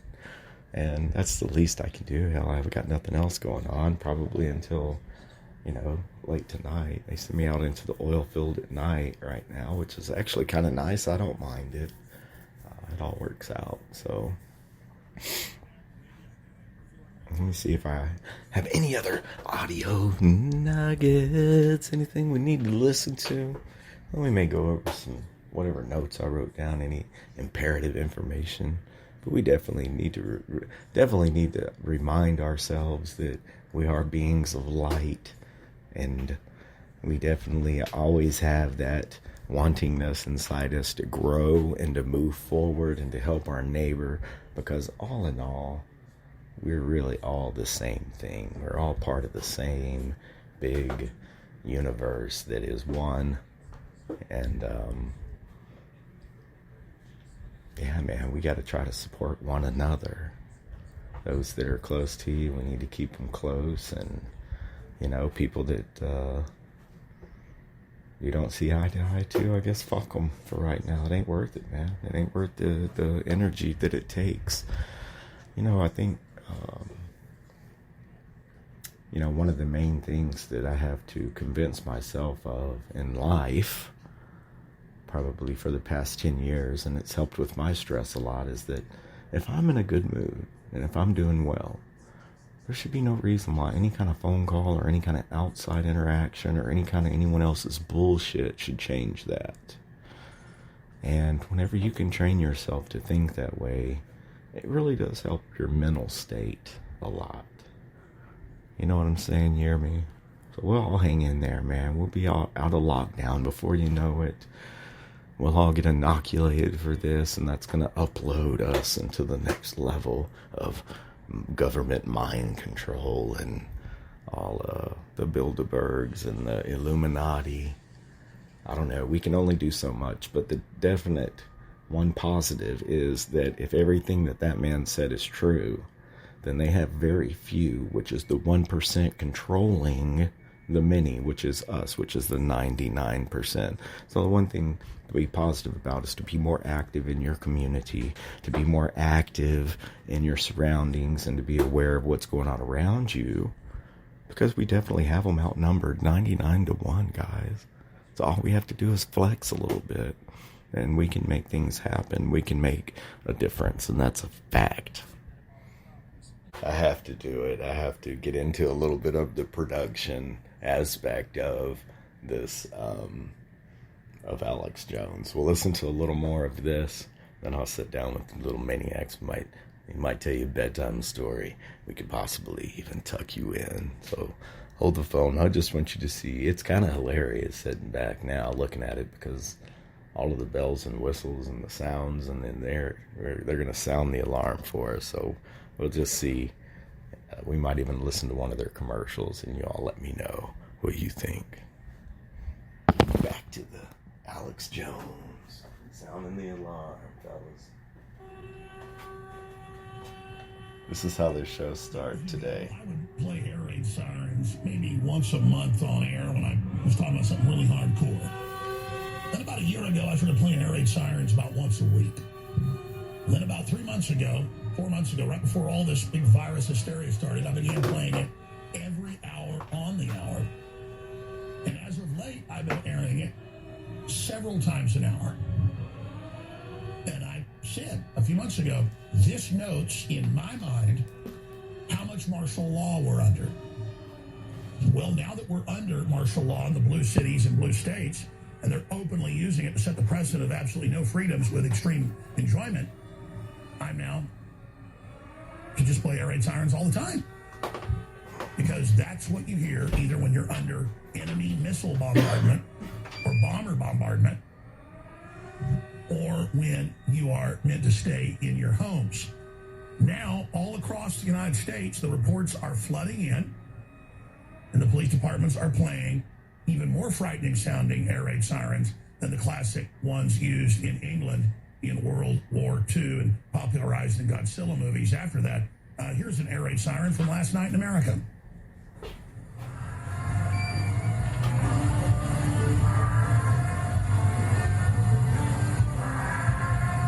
Okay, we get it, dude. We get it. It's Crowley, Louisiana. We'll show you the newscast in a moment. It is the air raid siren from the movie The Purge, of course, just like the big red siren. It's meant to terrorize you in New York. This is all done by design. But here's the L.A. mayor. It's definitely fucking annoying. Sources told us on Saturday, and I made some phone calls to a police officer I know in Los Angeles. We got this from the department there in Orange County, that within 2 weeks they're going to say, do not leave your home, period. For the grocery store or even drugstores, they plan to close those to create civil unrest once the National Guard is fully on the streets. Trump's not doing this, but the blue cities, blue states are. Let me just stop all of this for just a minute and say that this guy, Alex Jones, is a buffoon. He's a moron. He's an idiot. He has his own show. The beauty of America is that he can express his opinion, right? Like I say, we're gonna just try to get some different aspects, some different perspectives of some different people. And, right, we don't have to agree with it. Sometimes some of these whistleblowers, alarmists, you know, the one thing that I give them, they're definitely entertaining. And there may be a shred of truth in what he's saying. I think if he were to present it a little bit differently, it might be an interesting program. Here is snitch culture being completely glorified, where you henpeck your neighbors. How do you know they're not going to take care of grandma? How do you know they're not going to take care of their farm? How do you know they don't work in an essential area? This is creating the illusion. See, first it's just a 2-week vacation. Oh, it's all going to come back to normal. Oh, then it's a month, then it's 2 months. They want to set the precedent. It's forever. This is the shutdown of America. This is the deindustrialization. Here is the evil globalist mayor of Los Angeles. If you've observed recurring violations of the Safer at Home order, please continue to let us know at coronavirus.lacity.org/business violation. You know the old expression about snitches? Well, in this case, snitches get rewards. We want to thank you for turning folks in and making sure we are all safe. This is not They Live. It's not a 1984 remake. It's America in April 2020. China sets the precedent. EU rolls it out. Hollywood pushes it. The blue cities say you must have total martial law. Then they have the martial law. Then the numbers are much lower of death because they hyped the virus bigger than it was in their fake graphs, cast themselves the heroes, and permanently set the stage. So there you go. Los Angeles is under authoritarian martial law. There weren't any riots. There weren't any problems. They made that happen. And now in L.A., now in New York, the articles came out yesterday, the statistics last month of the lockdown. Guess what happened? Crime has gone up 30+% in L.A., and over 50% of property crimes, businesses being broken into in New York. I've got those articles here. Crime explodes. Of course it does. Of course it does. And many people won't get their checks for months. And so you're going to see civil unrest, and then the stock market's going down, down, down. This is economic war. America is under attack. They've painted Trump into a corner that every death happens is his fault if he doesn't lock us in houses like Pharaoh kings. No, we can't play that. We'll get pulled, baby. Yeah, I know, Flip. He happens to play some shit on his show that we are not going to play due to copyright shit. But because we are just talking cash shit about this, we definitely give credit to the different media outlets that we have covered today. And, thank them for doing what they do, Survival Shield X3 in 2-ounce bottles. It'll be sold out within 2 weeks. Already sold out of the X2. Uh-oh. You better get your products. Get your products. Off. Never offered this for that because I want you to see how amazing it is just in general everyday life, not even during these insane crises. Research it for yourself and get your Super Blue toothpaste and your X3 while you still can at InfoWarsStore.com. They're amazing products with thousands of 5-star reviews, and they fund InfoWars. A 360 win. X3. 60% off right now at InfoWarsStore.com. And 60%. Are you kidding me, Alex? Are you kidding me, buddy?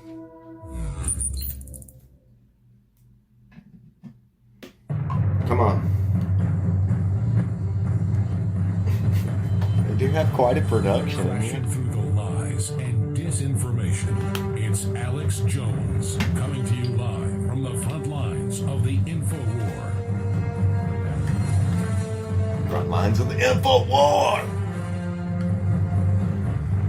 Come on. The Club of Rome, the Council on Foreign Relations, the Rockefeller Foundation, the Carnegie Foundation, the World Health Organization, the United Nations, and countless other organizations have publicly, for 40 years or more, really 50 years if you count the Club of Rome back in the early 60s, have openly said that they would bring in world government with a controlled release of a bioweapon or a naturally occurring plague, that they would crush the nation state, crush basic liberties, crush due process with it. But they just need to have a surveillance system in place using the internet, they said that back in the 60s, to track and control and trace your every movement. The internet was invented publicly in 1963. It was actually developed in a DARPA secret program in 1958. Those are fucking homing pigeons. Classified now. Eisenhower warned you of it. And it is an Internet of Things to have surveillance and robots controlling everything you do and herding everyone into compact, dense cities. My film Endgame documents this all. Of course it All over the does. United States, they have robots driving around. They have this in Japan. They have this in South Korea. They have it in China, saying stay indoors, like literal Daleks from Doctor Who. This is the revolution against humanity. This is the globalist takeover. And so, yes, the virus is man-made, so they understand its trajectory. Yes, it's a chimera, engineered in U.S. labs, sold to China in 2015. Now a medical doctor, a microbiologist who also worked in secretive areas as a colonel in the Pentagon dealing with bioweapons has come out and said it's a chimera. It's manufactured. Okay, what's his It name? leaked. or it was released on purpose. Well, you heard that here 9 weeks ago with Dr. Boyle. So the virus is serious, but the way they've hyped it and the way they've pushed it and the way they've said we can't reopen until there's not one case, well, that's impossible. And because this is a chimera, it won't burn itself out quickly. That's probably why they designed it, many experts believe, so that it keeps mutating through different mutagenic patterns that have already been tested in a laboratory and mathematically prepared. This is not your grandpa's common cold. So it is serious if you don't have zinc, vitamin D, and vitamin C at high levels. And even if you get that when you're super, super old, you have problems absorbing it into the cells, and it's why you die. It's a threat. But everything behind it and what they're doing with it is the takeover. So people say, well, wait a minute, should I get prepared? Should I get ready? You say it's going to burn itself out. Looks like that's starting to happen. But they say people are reinfected. It's coming back. It'll be back next year.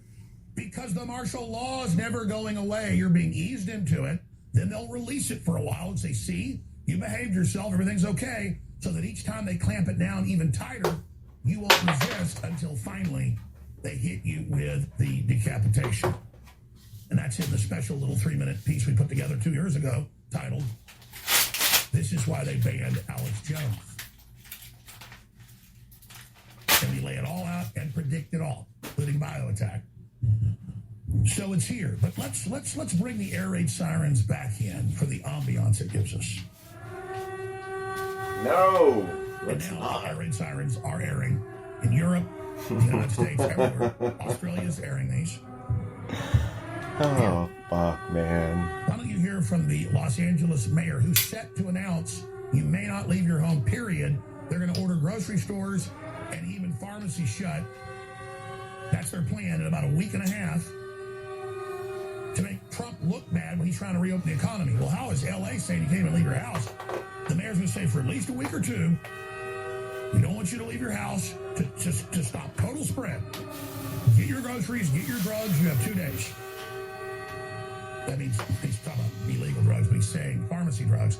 That's going to cause civil unrest and panic. They're trying to trigger a panic that Bill Maher and other globalists called for to totally kill the economy. Right as Trump tries to start reopening in a week and a half, 2 weeks. Now that's from the police, what they've been told. And they see right through it. But what are they going to do when the orders come down? It's time to not enforce. That's why they know police aren't enforcing this. They do a few PR deals. You know, writing tickets for folks at the beach or whatever who are by themselves walking their dog. France is not doing the same thing. But the average cop's not following this. They know it's BS. So now they're telling citizens, we're going to pay you $200 per person you report.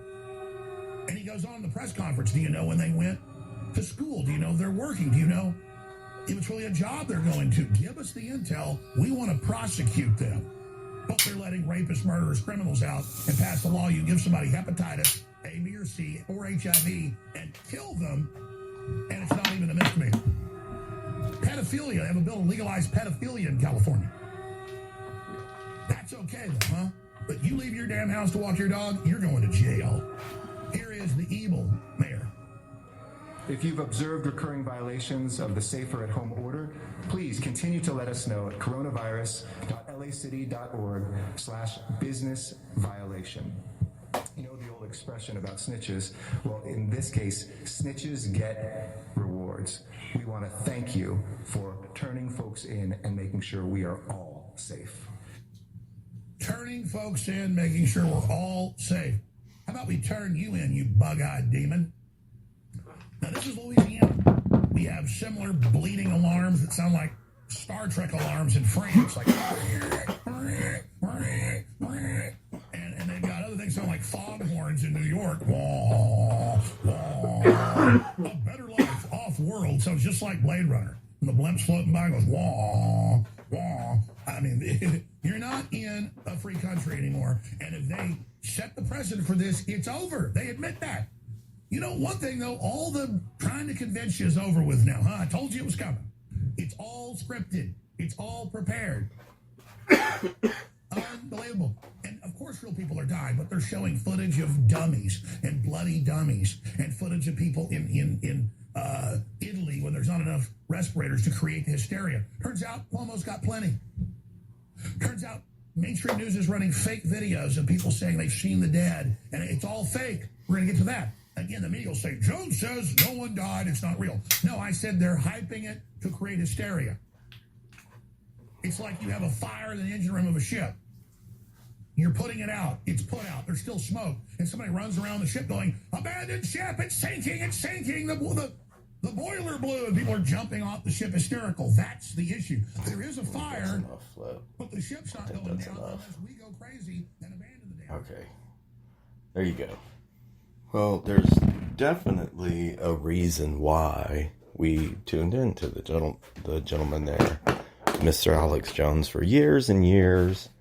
Okay, this is going to be loud for a second. For years and years.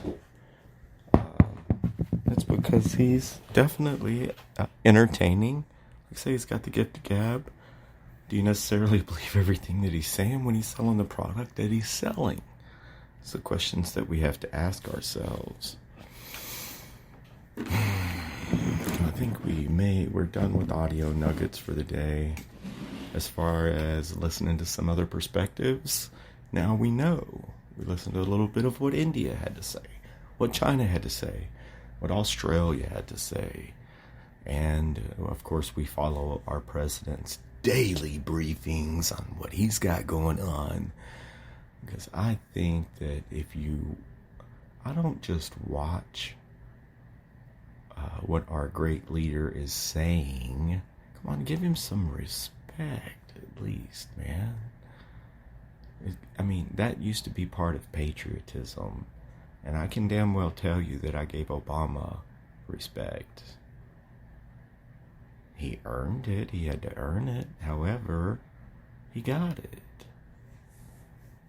So the flip side to that coin should be a little bit of patriotism should be to give the commander-in-chief a little bit of fucking respect, fellas. Or go out and vote. Go do something about it. Become more involved in your community is a lot of the answer to a lot of the bullshit. I talked just a little bit about I've been in the motorcycle game, in the motorcycle business. And something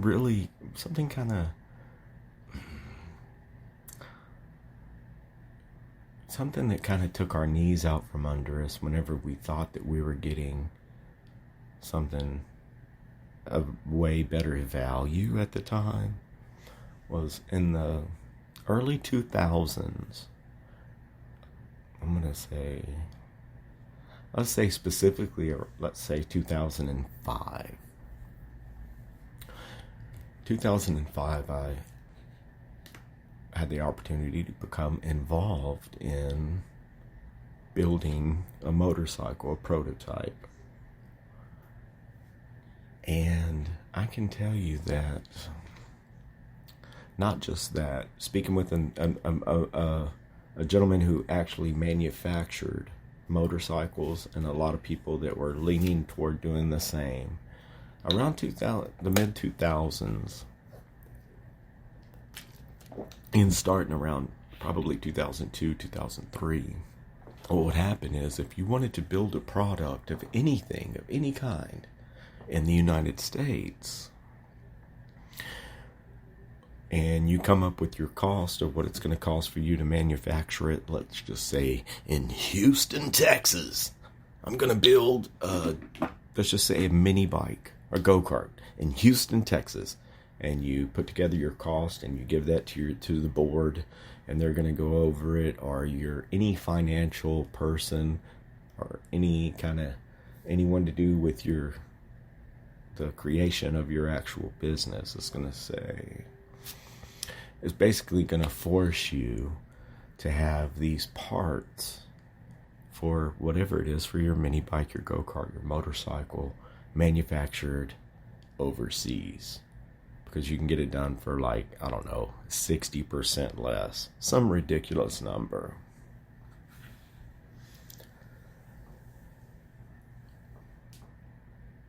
There's a gentleman by the name of Johnny Pag that built motorcycles. And I can tell you that at the end of, he had to travel over there and really be involved in his product. And at the end of the day, he did end up with a decent product it was a good price. It was a good product. It met the niche in the market that required it to meet. But, however, in retrospect, if Mr. Pag had built his motorcycle with American-made parts that were made here in America, then the quality, the curb appeal, the resale value of his motorcycles would be way higher. And what that led to is that we ended up as Americans having on our shelves, and instead of in our manufacturing plants, we weren't manufacturing things to, well, we really weren't building or making anything. And the products that we were relying on, or have been relying on all these years, turns out to be basically disposable. Whatever it is, whatever the quality rating it is, or however they copied what they copied to get what they got, it may look as close to it as it can. However, it's just not it. It's just not the same. I can specifically remember around 2006-ish that a gentleman had gone to, it's a big automotive supplier. Maybe you all have it, Pep Boys.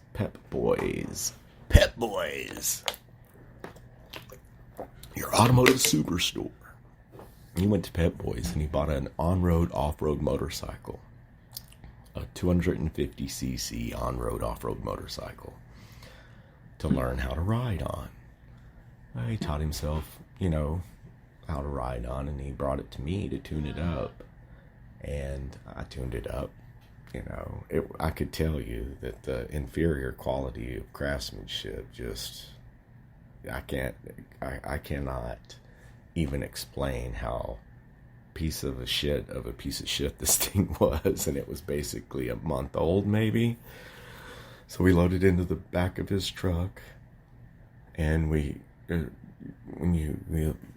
one of the options of tying your on-road, off-road motorcycle down in the back of your truck is to tie it off from the front of the back of your truck to your handlebars.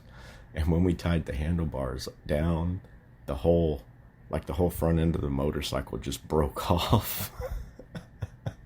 It just broke in half with only enough tension to, could that have been that he bobbled it or hit it before and it was already cracked? I don't know. But if that was a Japanese motorcycle, that would have never happened, not even on a 50-year-old bike that you thrashed and crashed and crashed and thrashed. I've seen them with a handlebar bent around like a J and the frame bent and spokes all hanging out, still running and driving.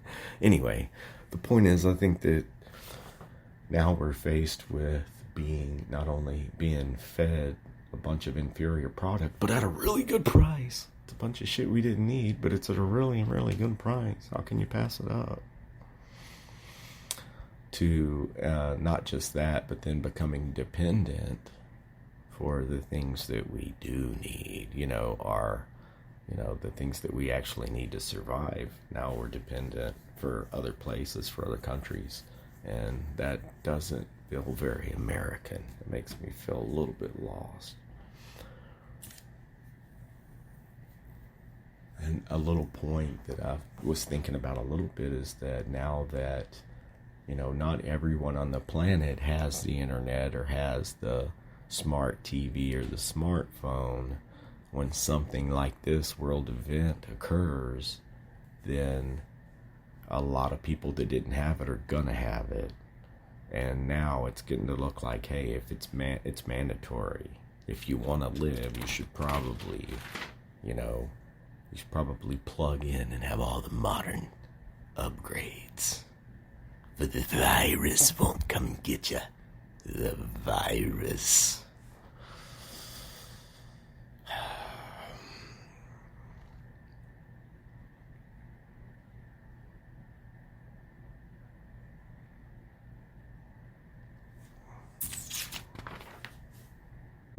So there you have it. Be more involved in how your city, your country, your county, your state, your country, how it all works, and what you can do to make a difference for some of your ideas to become part of our lives.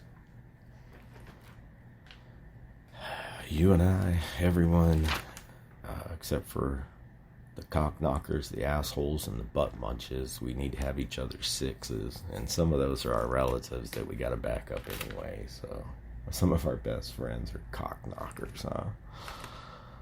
Yeah, we got to have each other's back right now. We got to remember that there is light at the end of the tunnel. You know, it could be a lot worse, knock on wood, and hopefully this is an awakening for people to realize how dependent we are on foreign goods and foreign governments, and if we don't want it to be that way, then maybe we, you and I, might actually have to fucking do something about it, you know what I mean?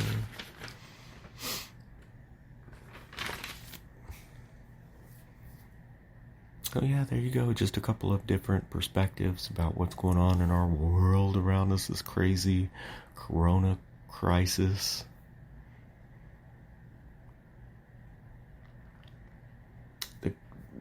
One of the things that does always kind of break the monotony is listening to some podcasts, listening to the Robcast. I appreciate it. But I can tell you a few, if you want to go to Spreaker Podcast, follow our show first, okay? But a couple of the ones I really like to listen to here are, now you can listen to us also, we're on iHeartRadio. The audio is always available on YouTube. We put a link to Instagram, to Twitter, to Facebook. So you're welcome to join us that way here at Spreaker Podcast. Listen to the audio on YouTube, iHeartRadio, which I'm very appreciative, that all of these platforms, they may not agree with me, but they agree to put the Robcast out there. And for that, we'll give those guys respect. Back to some stuff to break the monotony for you to check out. If you're on YouTube, go to the Spreaker Podcast, follow our show. I like The Church of What's Happening Now with Joey Coco Diaz, The Joe Rogan Experience, The Adam Carolla Show, and Hollywood Babylon. I would give a listen to Ari Shaffir's Skeptic Tank. And if you like comedy and you like crazy alcoholic ranting, then Doug Stanhope has one on here as well. There are many other ones. If you're a conspiracy person, there's one called The Stuff They Don't Want You to Know. It's kind of interesting. So check those out. If you're a YouTube person, pardon me, YouTube, check out our YouTube. But what I like to watch, loading fails, or they're loading cars and trucks onto trailers and they fall off. It's hilarious. Motorcycle loading fails, where they're loading the motorcycle into the back of the truck and they break the back window and they fall off. I like the boat ramp fails, are pretty priceless on YouTube. And the next to the number one thing I like to watch on YouTube right now is Hotboxing with Mike Tyson. He has a really, really, really great podcast that he does, and he puts it on YouTube. So check out Hotboxing with Mike Tyson. And YouTube, the number one reason that I really like to get on YouTube is how-tos, to tell you how to do anything, man. If you want to build a house or build a you make a knife out of popsicle sticks, dude, they'll show you how to do it on there. So that's another reason why we're super awesomely blessed in being in this technological world. It's a blessing, it's a curse. You just have to know how to use it to your advantage and not to abuse it so that it melts your motherfucking brain. So until next time, that's about all we've got for today. We'll get back with you all. If there's anything else exciting, interesting happening in our world, which it seems like every day something else exciting is happening, I'll be back. I'll be happy when there's nothing, really nothing exciting happening in our world. But until then, keep it Keep it mind, body, and spirit, man. Get you a good workout. Go for your power walk. Then have you a nice little sip of coffee and maybe a little sippy sip or a little puff, puff, puff. Get that flow state going and, start sculpting or do something that's creative, because I can tell you what, there's creators and there are competitors out there. And while the competitors are all competing with one another to get ahead, us creators kind of just sit back and think about what we can create to better the situation or to evolve our movement. You hear me? I'm saying?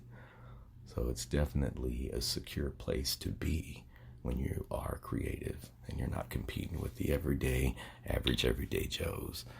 So with that, I'll leave you. I appreciate all of you for tuning in. Y'all have a badass evening and an even better tomorrow. I'm Zombie, and we are out here for the day, bitches. Peace.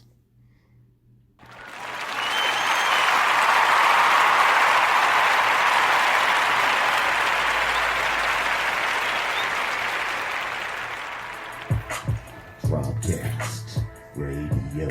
Where else in the world would you want to go? We might vent about our day. We could tell a joke, so go get some chocolate cake, turn up the radio. Please don't swipe us. Please just like us and do not knock us until you tried us. Coming at you live from Robcast Radio Station. A portal directly into your imagination. So turn up the Robcast. Here it goes. It's Robcast Radio. Might even tell you a bedtime story. Possibly tuck you in, baby. Yeah, here it goes. Little maniacs.